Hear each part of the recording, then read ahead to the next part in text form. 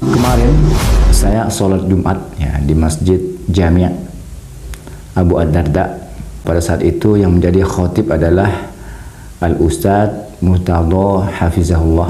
Dalam khutbahnya itu beliau menjelaskan dan menerangkan, ya ini penting Pak, bahwasanya tidak sahnya sholat yang demikian. Luar biasa. Mungkin tidak sedikit, banyak kaum muslimin yang masih melakukan sholat seperti ini. Assalamualaikum warahmatullahi wabarakatuh. Alhamdulillah. Wassalatu wassalamu ala rasulillah wa ba'd. Kaum muslimin dan muslimat, teman-teman sekalian dimanapun Anda berada, ketemu lagi dengan channel ini, bersua kembali dengan media ini. Mudah-mudahan channel ini menjadi salah satu channel idaman Anda. Mudah-mudahan menjadi salah satu sebab ya kita mendapatkan pahala jariah, bukan malah dosa jariah. Ya, kali ini teman sekalian, saya ingin berbagi ya. Mungkin tidak sedikit yang belum tahu dengan hal ini. Ya, ini sangat luar biasa, urgent banget ya. Sangat penting sekali. Mudah-mudahan dengan apa yang insya Allah saya sampaikan ini dapat ya banyak menuai manfaat untuk kaum muslimin dan muslimat dimanapun Anda berada. Begini teman-teman sekalian, kemarin saya sholat Jumat ya, di Masjid Jami' Abu Ad-Darda. Pada saat itu yang menjadi khotib adalah Al-Ustadz Murtadha Hafizahullah. Jadi dalam khutbahnya itu beliau menjelaskan dan menerangkan, ya ini penting Pak, bahwasanya ya kalau seseorang itu sholat namun dia hanya berdiam diri saja, artinya apa? Dia sholat tidak melafazkan bacaan sholat itu ya dengan lisannya, berdalihkan dia sudah merasakan ataupun membacakan dalam hati gitu ya. Ternyata tidak sah teman-teman sekalian ya, hal-hal yang seperti ini tidak sah. Jadi beliau menukil ya, dalam khotibnya itu beliau menukil kesepakatan para ulama akan tidak sahnya sholat yang demikian. Luar biasa. Mungkin tidak sedikit, banyak kaum muslimin yang masih melakukan sholat seperti ini. Secara nggak langsung kan kita pernah juga melihat orang sholat gitu, sholat sunat, ya, qobliyah, ba'diyah gitu ya, ataupun sholat apalah.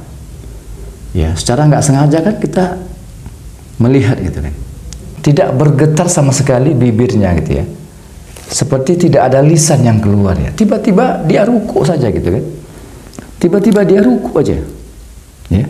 Kemudian sami Allahu liman hamidahnya juga bibirnya kita lihat nggak bergetar, tiba-tiba sudah sujud saja. Secara pribadi memang ada seperti itu, bahkan banyak saya temui seperti itu ya. Mungkin inilah yang dimaksud dengan pembahasan ya beliau, yaitu Ustadz dalam khotibnya itu ya, dalam mimbarnya. Kalau tidak dilafazkan ya dengan lisan kita, maka tidak sah sholatnya.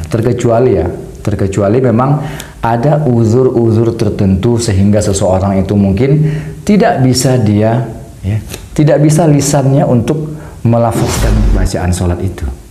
Akan tetapi kalau dia sehat, bugar ya, dia tidak melakukan itu, maka sholatnya batal kaum muslimin, teman-teman sekalian.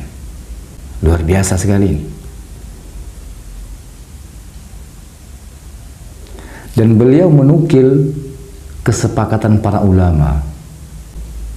Yang berbeda para ulama itu adalah ya, ketika zahar, bacaan zahar atau sirnya itu apakah sampai terdengar oleh orang di sebelah ataupun jamaah lainnya, apakah dia cukup hanya mendengar bacaan dirinya sendiri saja gitu kan, mungkin saking pelannya ataupun bergumam dan lain sebagainya. Itu yang berbeda para ulama. Akan tetapi bacaan itu, bacaan sholat itu, sepakat para ulama mesti harus ya, kudu dilafazkan lewat lisan kita.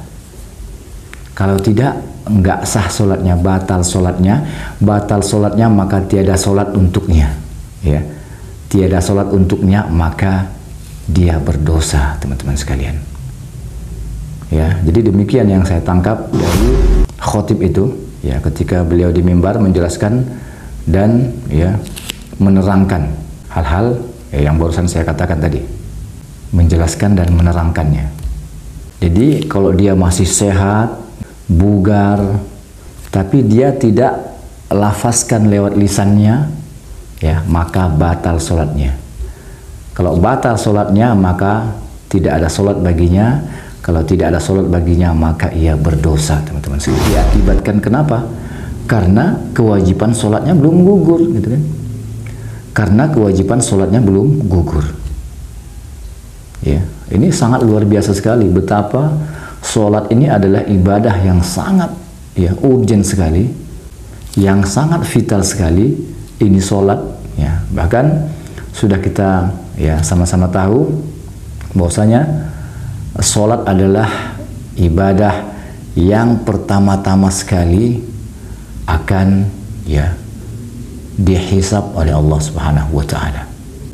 Maka kalau bagus sholatnya, amalan-amalan dan ibadah-ibadah lain mengikut, gitu kan. Dan sebaliknya, kalau ternyata, ya, ibadah sholat kita rusak, maka amalan dan ibadah-ibadah kita yang lain akan ikut rusak. Kan demikian, ya, kan begitu.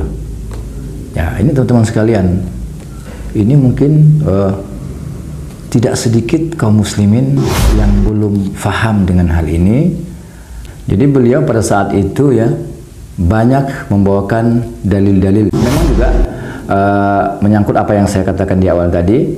Secara personal, secara pribadi, memang saya bahkan pernah bertanya kepada orang seperti itu, ya, kenapa kamu sholat tadi kok seperti diam, gitu, nggak membaca apa-apa, ya. Jawabannya apa? Jawabannya sudah dalam hati, gitu, ya. Sudah baca dalam hati, kata dia. Saya sudah membacanya, tapi dalam hati, kata dia. Seakan-akan, subhanallah, ya, masya Allah, luar biasa amalan orang ini, ya. Baca bisa diresapi dalam hati, jadi bisa dilafazkan dalam hati, luar biasa. Kelihatannya keren, mumtaz, ya, masya Allah. Tapi ternyata sholatnya nggak sah. Ini luar biasa sekali. Ini mungkin perlu kita dakwahkan kepada keluarga-keluarga kita, ya, terutama istri-istri kita, anak-anak kita, ya, keturunan-keturunan kita. Mudah-mudahan bermanfaat apa yang saya bagikan kali ini dan diridhoi oleh Allah Subhanahu wa Ta'ala. Mudah-mudahan bisa menjadi sebab pahala jariah untuk kita semua. Wallahu a'lam. Subhanakallahumma wa bihamdika asyhadu an la ilaha illa anta astaghfiruka wa atubu ilaik. Assalamualaikum warahmatullahi wabarakatuh.